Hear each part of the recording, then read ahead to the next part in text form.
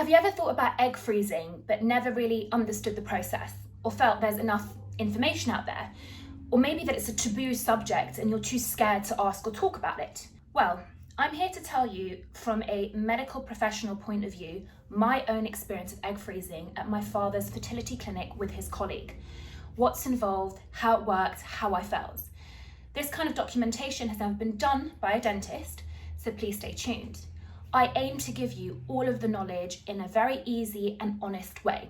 If you like it, don't forget to like and subscribe to my channel so you've got all of the information that you need for future videos too. So, why did I want to do this? The reason I wanted to do it is because I'm approaching 34 and my father, being a typical Middle Eastern, was like, Rhona, you need to think about freezing your eggs. And I was like, I laughed it off.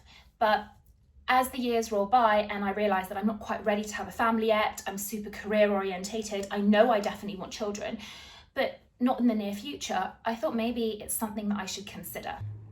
I understood that like any other part of the body, the ovaries are prone to the aging process.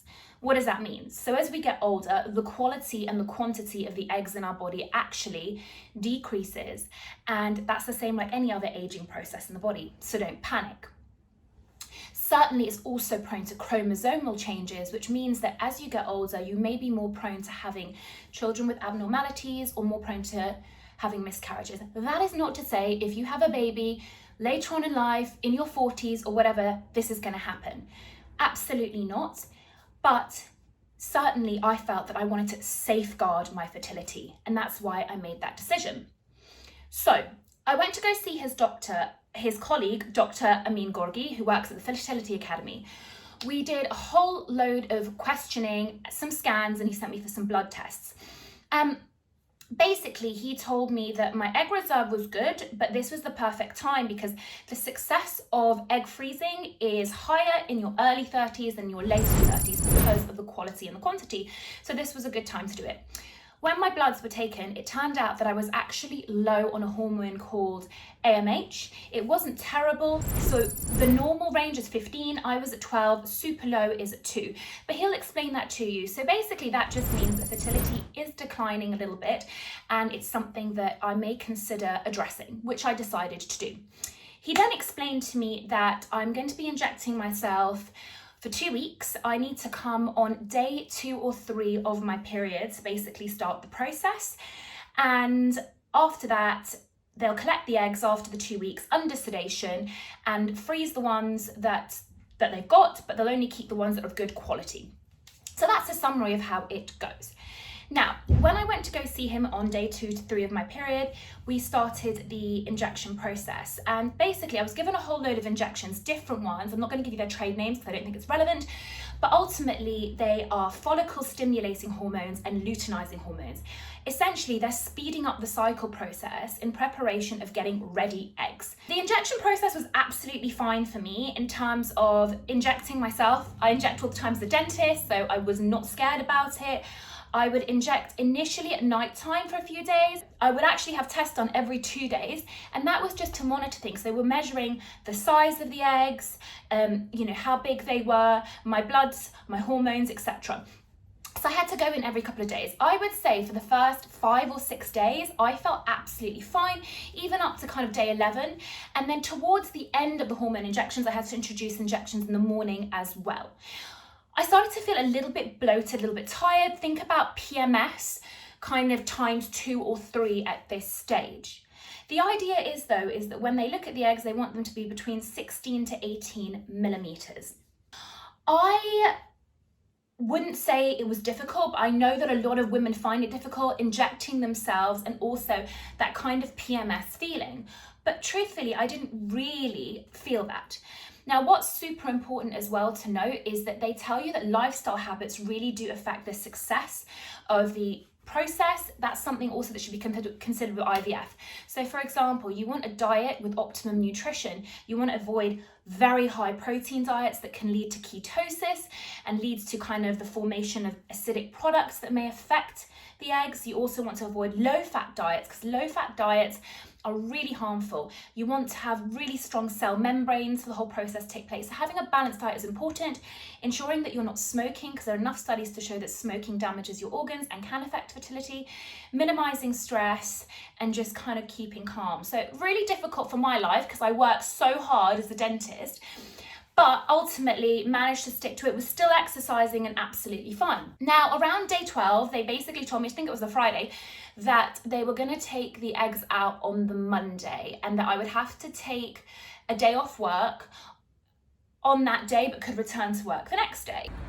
So I'm almost 2 weeks into my medications, and it was a rough night last night. I think it's because I'm having the egg collection in 2 days. So yeah, it's been quite rough. So it was pretty non-eventful on the day. I had gone in there, and then what I did is I had just a little bit of water. I didn't eat anything, and they basically sedate you to the point that actually I was completely knocked out. If I'm honest, I didn't feel anything. Today is the day of the collection.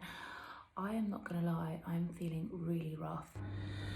So I'm here now, I'm about to go undergo sedation, and they told me that they don't know how many eggs they're going to get. Basically, they need to see which eggs are mature and which ones they're going to freeze. And even when they've got the eggs, they do another process in the lab before they actually freeze them.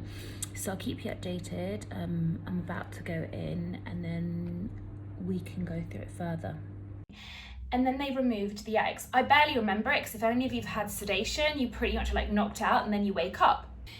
When I woke up, they told me that they managed to get 19 eggs. And that's actually a really good number, because a lot of people will tell you that you often have to go through 2 or 3 cycles to get between 20 to 30 eggs. And that's the optimum number that you really need to ensure success of pregnancy later on. But I got 19 in one go.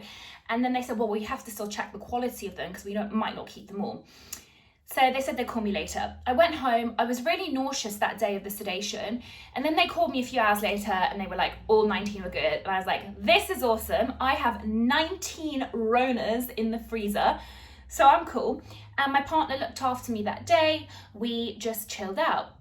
Now, I did something really stupid, and the next day I felt okay-ish, but I decided to go to the gym, and I had a bit of a light session.